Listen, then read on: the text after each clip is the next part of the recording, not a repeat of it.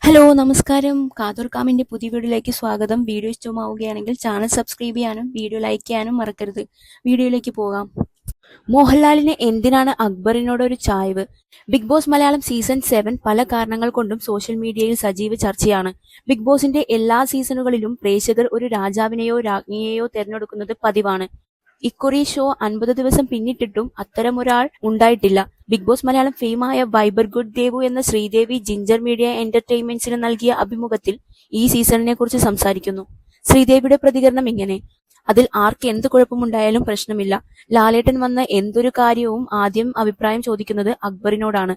അതെന്തുകൊണ്ടാണ്? ജിസയിൽ ആര്യൻ അനുമോൾ പ്രശ്നത്തിൽ ഡെമോ കാണിക്കാൻ പറഞ്ഞപ്പോൾ അവിടെ നിന്ന് അക്ബറും ഒനിയിലും വാക്കൌട്ട് ചെയ്തു.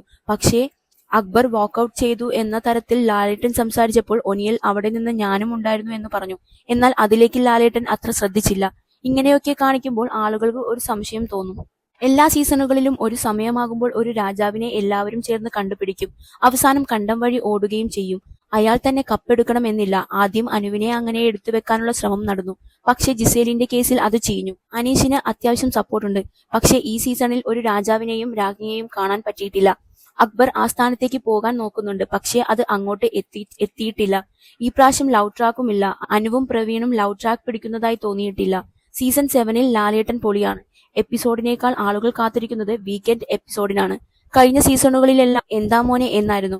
ഇത്തവണ നല്ല ഫയറായി എല്ലാവരോടും ചോദിക്കുന്നുണ്ട് ലാലേട്ടൻ. ലാലേട്ടനാണ് മറ്റുള്ളവരെക്കാളും ഗെയിം കളിക്കുന്നത്. ലൈവിലെ പല കാര്യങ്ങളും എപ്പിസോഡിൽ കാണിക്കുന്നില്ല.